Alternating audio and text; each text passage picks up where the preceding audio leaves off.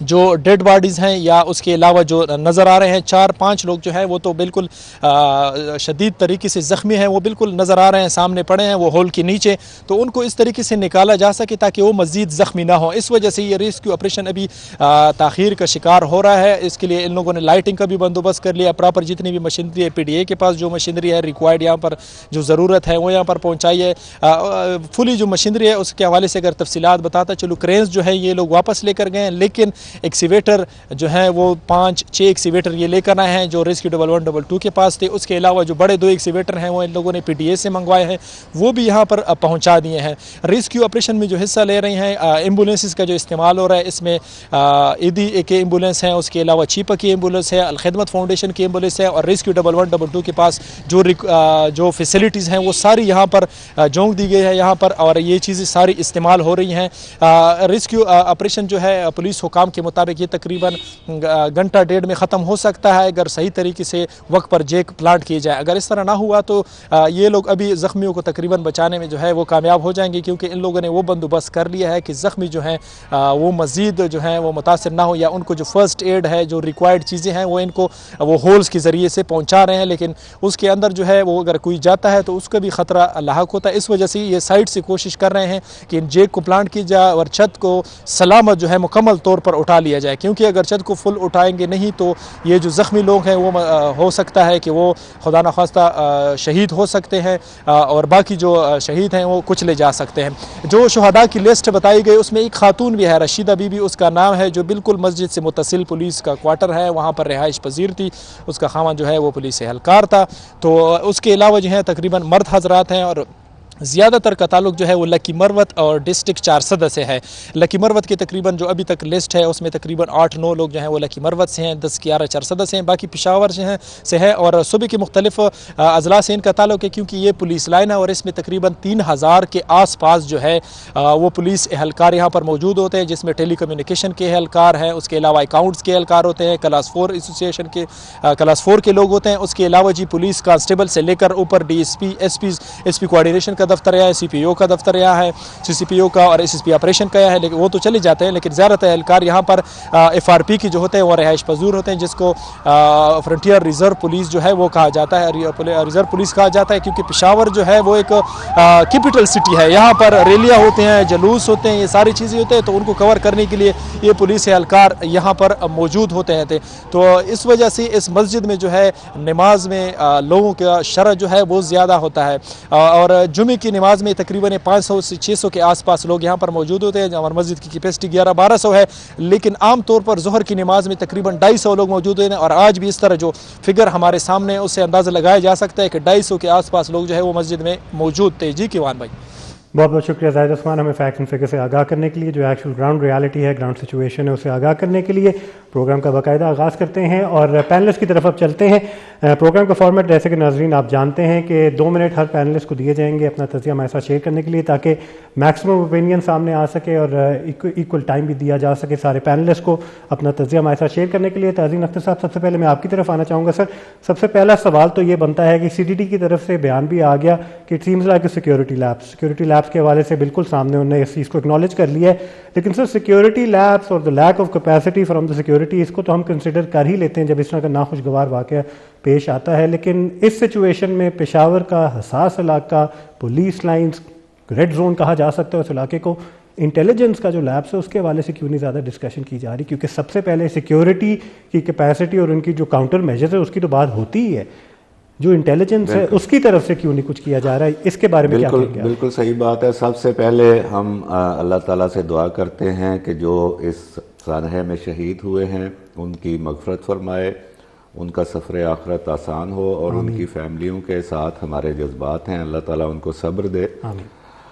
جس تن لاگے وہ تن جانے، یہ تو وہی جانتے ہیں جتنا نقصان ہوا ہے۔ ابھی تک 37 شہید ہو چکے ہیں، چونکہ نماز کی حالت میں ہوا، اور امام مسجد سمیت 37، اور میرے خیال میں تو آج کی رات ختم ہونے تک یہ خدا نخواستہ 50 تک جا سکتا ہے ڈیتھ ٹول، کیونکہ تعداد بھی کافی ہے، اور بیچ میں پہلی صف میں جا کے اس نے کیا۔ آپ کی بات بالکل درست ہے کہ یہ بہت بڑا سیکورٹی لیبس ہے، اور اب جب کہ پشاور اور اس کے گرد و نواح یہ ثابت ہو چکا ہے اور کئی دفعہ ہٹ ہو چکے ہیں. اے پی ایس ابھی تک ہماری یادوں سے محو نہیں ہوا, ابھی تک ہمیں خون کے آنسو رلاتا ہے. باچا خان یونیورسٹی بھی آپ کے سامنے ہے, اس پہ بھی اٹیک. ابھی حال ہی میں بنو سی ٹی ڈی پہ جو حملہ ہوا, پھر ہمارے فوجی جوانوں کے اوپر وہاں پہ جو حملے ہوئے. بات یہ ہے کہ سیکورٹی اس ملک کی جو ہے وہ کیوں بار بار یہ لیپس ہوتے ہیں, یہ سوال اٹھتا ہے, یہ سوال اٹھے گا اور اس کا جواب دینا پڑے گا متعلقہ لوگوں کو. کیوں وہ بار بار بچ جاتے ہیں, کیوں اتنے بڑے سیکورٹی لیپس کے اوپر, جس میں اچھا سیکورٹی لیپس یہ نہیں ہے کہ جی چلو کوئی موٹر سائیکل کسی گاڑی سے لگ گئی یا کسی کو جو ہے وہ بازو پہ گولی لگ گئی. یہاں پہ 50 اور 150 لوگوں کی جان گئی ہے. بچے جو اسکول گئے اور ان کی مائیں کھانا پکا کر ان کا انتظار کر رہی تھیں, ان کی لاشیں آئیں اور ہم کہتے ہیں جی سیکورٹی لیپس ہے جی, ہم یہ ان کو تہس نہس کر دیں گے جی. اور ہم نے تو کمر توڑ دی تھی ان کی, کتنے سال پہلے ہم نے ان کی کمر توڑ دی تھی. پھر کابل میں ہماری اپنی حکومت آ گئی تھی, جو ہمارے لوگ ہی وہاں پہ جا کے چائے پیتے رہے ہیں اور تصویریں جاری کرتے رہے ہیں جب کابل کو ٹیک اوور کیا تھا. تو اب کیوں یہ سب ہو رہا ہے؟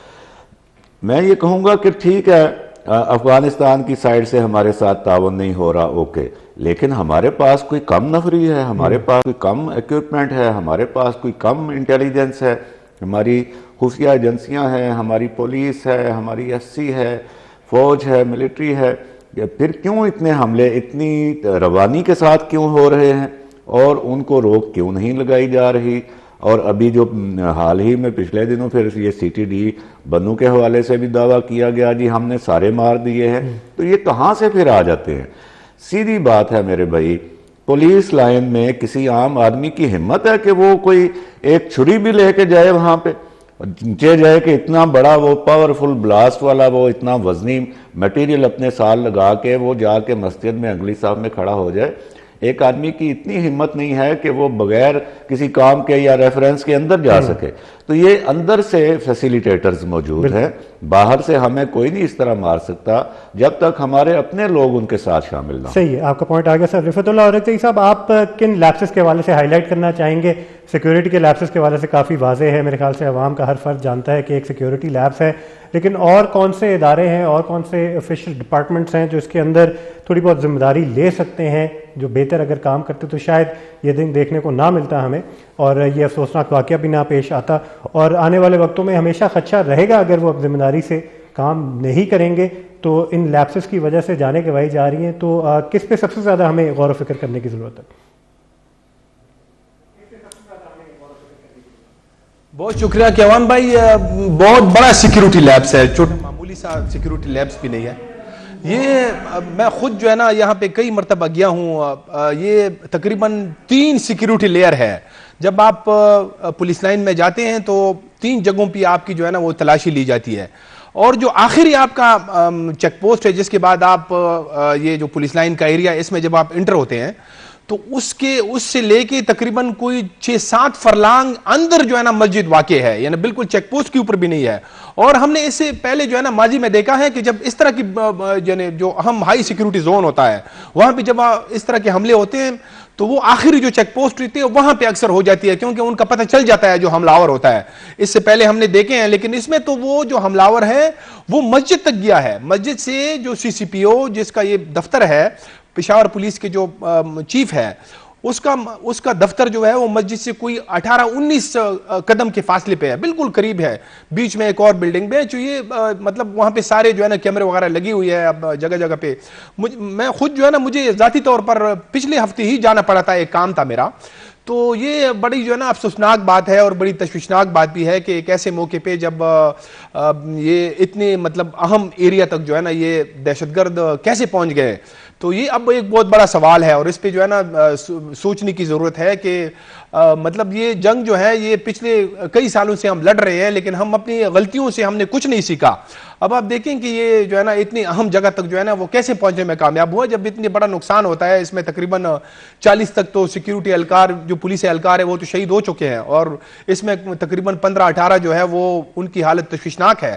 تو یہ مزید جو ہے نا ہلاکتوں کا خدشہ ہو سکتا ہے. تو اس میں جو ہے نا جو پرائم رسپانسبلٹی ہے وہ تو پولیس کی ہے. اور اس کے ساتھ ساتھ اس سے پہلے مطلب یہ جو معاملہ جس طرح ہوا, اس نہج تک کیسے پہنچا, یہ بھی اگر ہم تھوڑا سا اس کو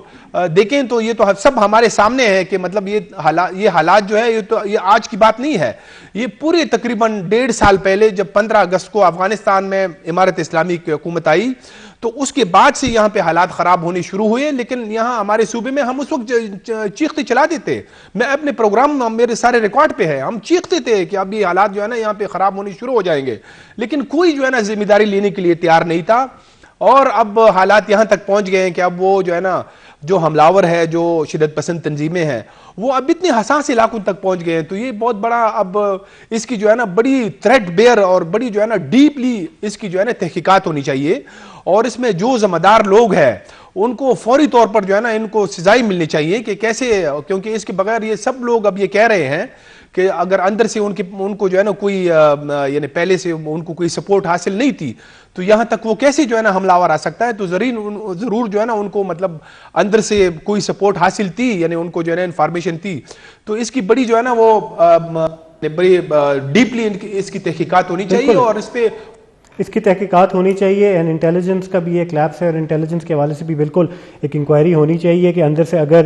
معلومات تھی اور کوئی اندر سے ایک مدد ان کو دی گئی ہے, یہ پورا واقعہ جو پیش آیا جس کی وجہ سے, تو اس پہ بھی مزید انکوائری ہونی چاہیے. سلمیٰ امتیاز صاحبہ, اس کے حوالے سے آپ کیا ریفلیکشن دیں گی کہ عوام کے اوپر آلریڈی مہنگائی کا بوجھ ہے, عوام کے اوپر آلریڈی سیاسی ایک گہما گہمی جو چل رہی ہے اس کی ٹینشن کے اندر بھی عوام کو ڈالا ہوا ہے, میڈیا کے اوپر بھی, سوشل میڈیا کے اوپر بھی, اور اس کے ساتھ فرسٹ اینڈ فارموسٹ جس چیز کو رکھا جانا چاہیے جو سیکیورٹی ہے, جو عوام کی جانیں جس کی وجہ سے افیکٹڈ ہیں اور ایک جو تھریٹ لوم کرتا ہے ہمارے سارے ایریاز میں, اسپیسیفکلی اگر ہم خیبر پختونخوا کی بات کریں تو اس حوالے سے جو حکومت ہے, نگراں حکومت ہے اسپیسیفکلی, وہ کیا اس حوالے سے کر سکتی ہے یا کیا انہوں نے ابھی تک کیا ہے, کیا رد عمل ہونا چاہیے اس حوالے سے سیکیورٹی کے حوالے سے ان کا؟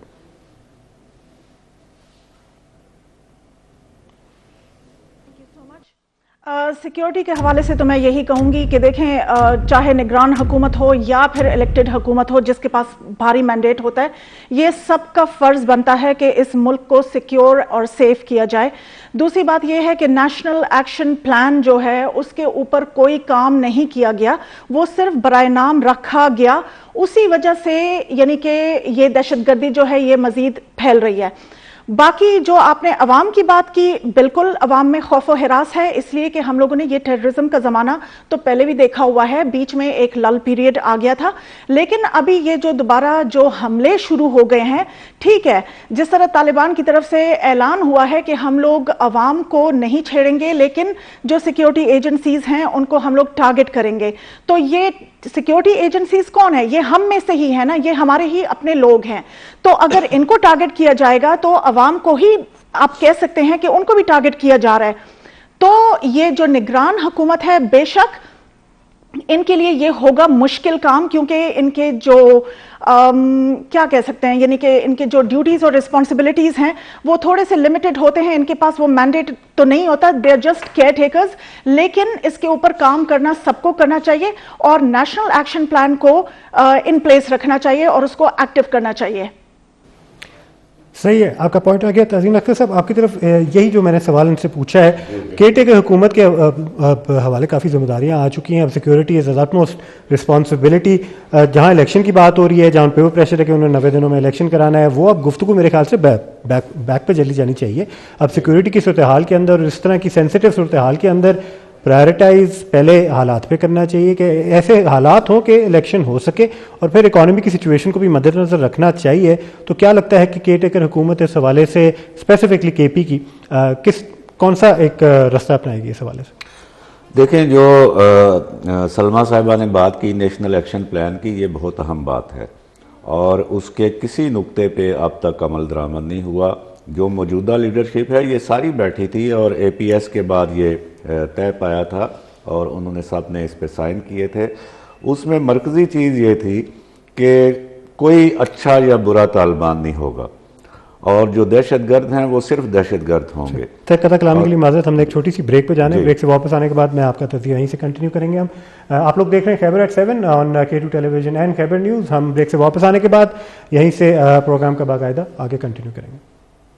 Welcome back from the break. میرا نام ہے کیوان حامد, آپ لوگ دیکھ رہے ہیں خیبر ایٹ 7. سر وہیں سے کنٹینیو کریں جو آپ بات کریں. بالکل, نیشنل ایکشن پلان بہت ضروری ہے. ابھی آپ دوبارہ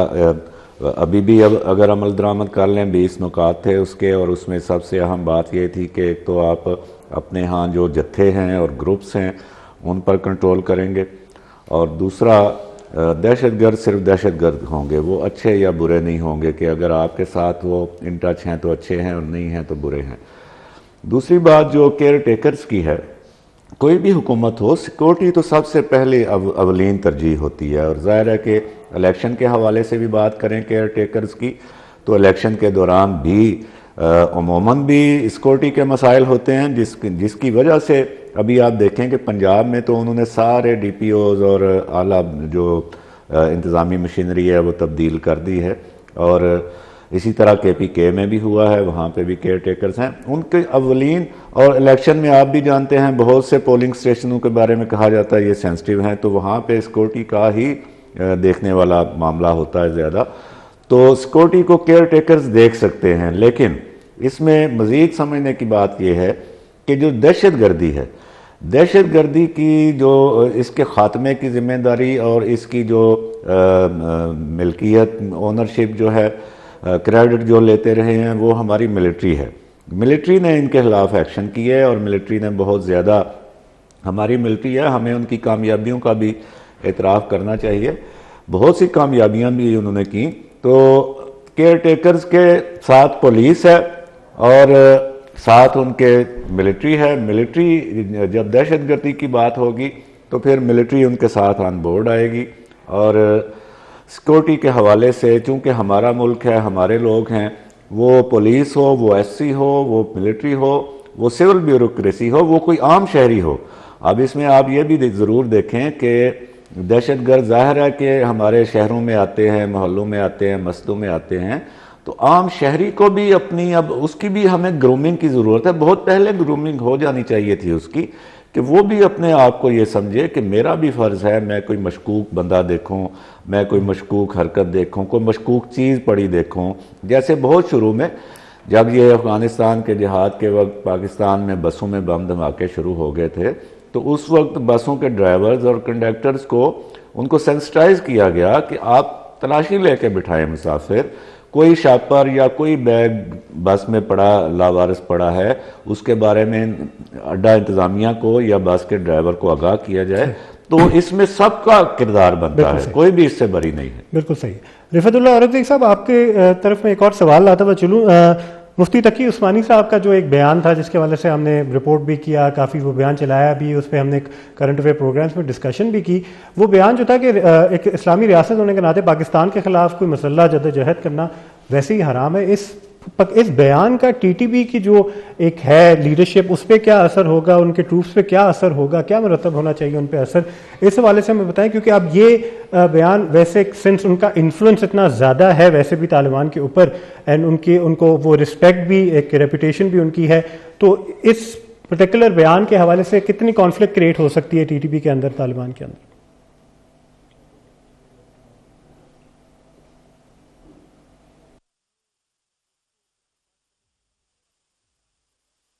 2018 میں پیغام پاکستان کے نام سے اسی طرح مختلف مکاتب فکر کے علماء نے جو ہے نا وہ اسلام آباد کے اندر بیٹھ کے ایک کانفرنس کی تھی, جس میں میرے خیال میں وہ 2 دن جاری رہی. تو وہ پیغام پاکستان کے بعد اس میں تقریباً 500 کے قریب علماء نے جو ہے نا اس پہ دستخط کیے تھے. اور یہ پہلی مرتبہ جب سے یعنی پاکستان کے اندر دہشت گردی آئی ہے تو اس کے بعد سے یہ پیغام پاکستان جو ہے نا پہلی مرتبہ جیسے سارے مکاتب فکر کے علماء جو ہے نا وہ اکٹھے ہوئے اور انہوں نے جو خودکش حملے تھے ان کو حرام قرار دیا. پاکستان کے اندر جو مسلح مطلب جو کالعدم تنظیمیں ہیں ان کی جو مسلح تحریک ہے ان کو بھی انہوں نے حرام قرار دیا تھا کہ یہ پاکستان جو ہے یہ ایک اسلامی ملک ہے، اس کا جو آئین ہے اس میں ایسی شکیں ہیں جو مطلب اسلام سے بڑی مطابقت رکھتی ہے، کہ جیسے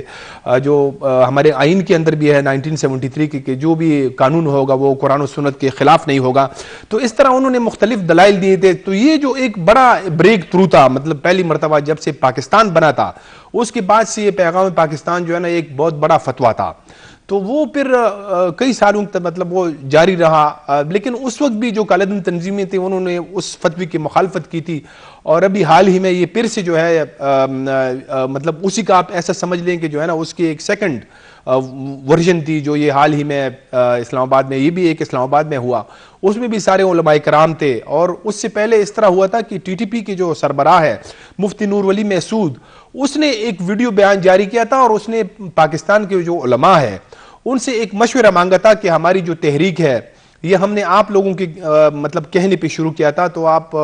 اس کو کیسا دیکھ رہے ہیں. اس سے پہلے کچھ اس طرح مطلب پاکستان میں علماء نے ایک اس طرح باتیں کی کہ جو ہے نا یہ خودکش حملے حرام ہے، یہ جو سیکیورٹی اہلکاروں کو یہ مطلب ان پہ حملے کرتے ہیں تو یہ سارے باغی ہے. تو اس کے بعد پھر ٹی ٹی پی کے جو امیر ہے اس نے پھر اس طرح کی ایک ویڈیو بیان جاری کی. تو اس کے بعد پھر یہ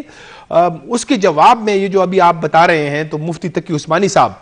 اس نے پھر یہ جو ہے نا ایک دوبارہ سے وہ بات جو ہے نا دہرائی. تو اب یہ جو طالبان ہے، چاہوں گا سلمان امتیاز صاحبہ آپ سے اب میں جاننا چاہوں گا کہ یہ جو علماء کے بیان ہوتے ہیں، جو مذہبی علماء ہوتے ہیں جن کا انفلوئنس بھی اچھا خاصا ہوتا ہے across there region of influence, تو اس طرح کے بیانات ان ٹائمز کے اندر کتنا رول پلے کر سکتے ہیں، کتنا پازیٹیو رول پلے کر سکتے ہیں آپ کے مطابق؟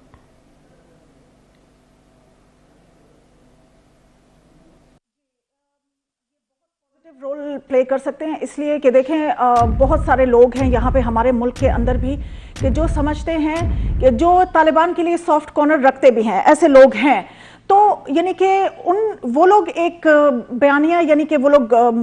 پھیلا رہے ہوتے ہیں کہ نہیں شاید ہماری ریاست جو ہے وہ ویسٹرن ایجنڈا پہ چل رہی ہے. تو جو علماء بیان دیں گے اس کی وجہ سے پازیٹیو امپیکٹ صرف اس لیے آئیں گے کہ یہ بیچ میں جو کنفیوژن ہے کہ شاید ہم لوگ ویسٹرن ایجنڈا پہ چل رہے ہیں اور ہم اپنے ملک کو نقصان دے رہے ہیں، یا پھر اس سے اسلام کو نقصان ہو رہا ہے یا اس کے کاز کو نقصان ہو رہا ہے، تو یہ جو ہے یہ کنفیوژن ختم ہو جاتی ہے. اس وجہ سے انہوں نے جو یہ بیان دیا ہوا ہے یہ کافی انکریجنگ ہے، بہت اچھا ہے. اور جو ہمارے سیکیورٹی فورسز جو ابھی تک کارروائیاں کرتی رہی ہیں ان کے بارے میں بھی تو پہلے یہی کہا جاتا تھا کہ یہ بھی غلط کام ہے، لیکن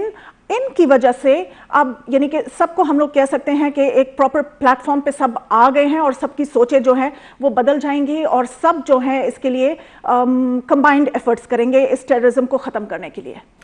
صحیح ہے سر. میں اب یہ سچویشن جو ہے امن و امان کی بگڑتی ہوئی نظر آ رہی ہے، یہ ایک ڈیولپنگ سچویشن ہے. انفارچونیٹلی آج کے حادثے سے ایک چیز تو سامنے آتی ہے کہ ہم ٹیکنیکلی اتنے پریپیئرڈ نظر نہیں آ رہے. سیکورٹی کے حوالے سے دیکھیں، انٹیلیجنس کے حوالے سے دیکھیں، لیپسز نظر آ رہی ہیں. عوام کے اندر آبویسلی ایک لیک آف ٹرسٹ بھی آ جاتا ہے، لیک آف کانفیڈنس بھی آ جاتا ہے کہ کل کو کوئی بھی اگر کوئی ایسی چیز کرنا چاہے گا تو اس کو آگے سے کوئی ملے گا نہیں اس طرح کا کاؤنٹر. تو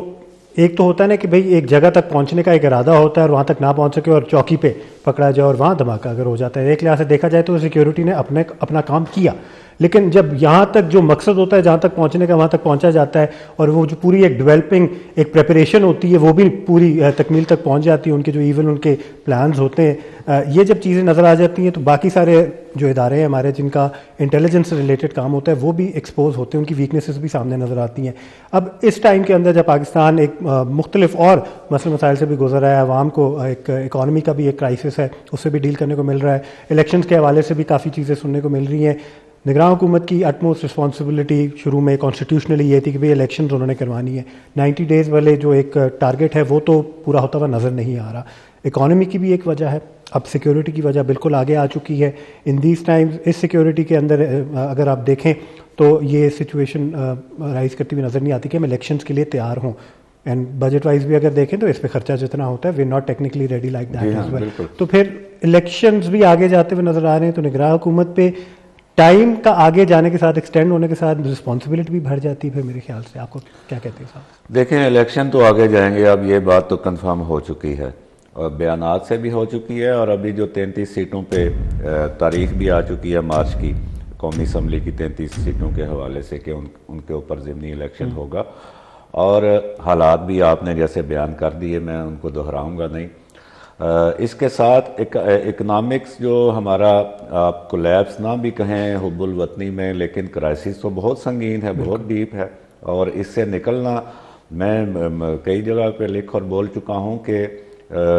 40 ارب ڈالر جو ہے،